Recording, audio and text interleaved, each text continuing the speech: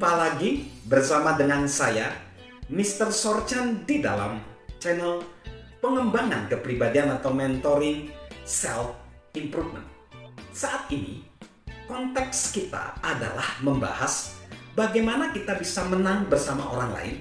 Tiba di poin, jadilah kita orang yang pertama menolong orang lain. Di segmen sebelumnya, untuk melakukan itu, lakukan yaitu yang pertama, jadikan menolong orang sebagai prioritas. Kita tiba di kedua, yaitu buat diri kita peka terhadap kebutuhan orang. Buat diri kita peka terhadap kebutuhan orang. Kedengarannya memang jelas, tetapi kita tidak bisa memenuhi kebutuhan yang tidak kita tahu keberadaannya.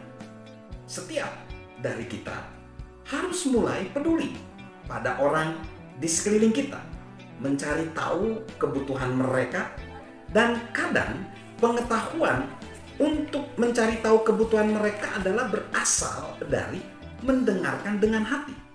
Kadang juga hal itu datang dari sekedar memberi perhatian pada apa yang terjadi di sekeliling kita. Bisa saja juga hal itu datang dari menempatkan diri kita ke posisi orang lain secara mental. Ada sebuah legenda dari Timur Tengah yang menceritakan dua kakak beradik yang pada suatu waktu berbagi ladang dan kincir. Setiap malam mereka berbagi padi yang sudah mereka giling sepanjang siang. Yang satu tinggal seorang diri dan yang lain menikah dan memiliki keluarga besar. Pada suatu hari, si pemuda yang lajang berpikir gini, tidak adil kalau kami berbagi beras secara sama rata. Saya hanya seorang diri saja yang saya urus, tapi saudara saya punya anak-anak untuk diberi makan. Maka setiap malam dia diam-diam membawa sebagian berasnya ke gudang saudaranya. Namun pemuda yang menikah memikirkan situasi saudaranya dan berkata kepada dirinya sendiri, tidak benar kalau kami berbagi beras secara sama rata, karena saya punya anak-anak yang mungkin bisa mengurus saya saat saya tua nanti. Tapi saudara saya tidak punya siapapun. Apa yang akan dia lakukan ketika dia tua? Jadi setiap malam dia pun diam-diam mengambil sebagian berasnya dan menaruhnya di gudang saudaranya. Akibatnya, kedua kakak beradik itu mendapati persediaan berasnya secara misterius terisi kembali setiap pagi.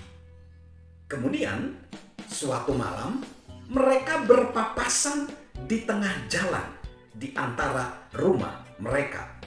Tiba-tiba mereka menyadari apa yang dilakukan oleh saudara mereka masing-masing dan berpelukan dengan penuh rasa cinta.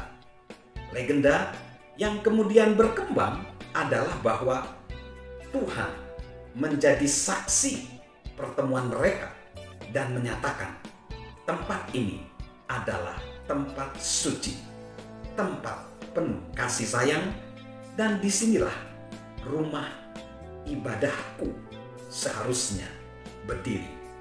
Itulah konon katanya rumah ibadah pertama berdiri di tempat tersebut.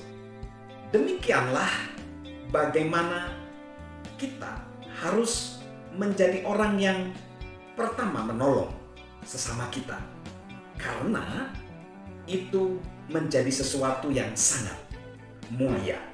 Salam untuk menang bersama orang lain. Salam sukses luar biasa dari saya, Mr. Sorchan. Halo guys, sahabat Mr. Sorchan. Yuk subscribe channel Mr. Sorchan, beri komentar dan share agar orang lain bisa menjadi lebih baik. Salam sukses luar biasa, salam sehat selalu dari saya, Mr. Sorchan.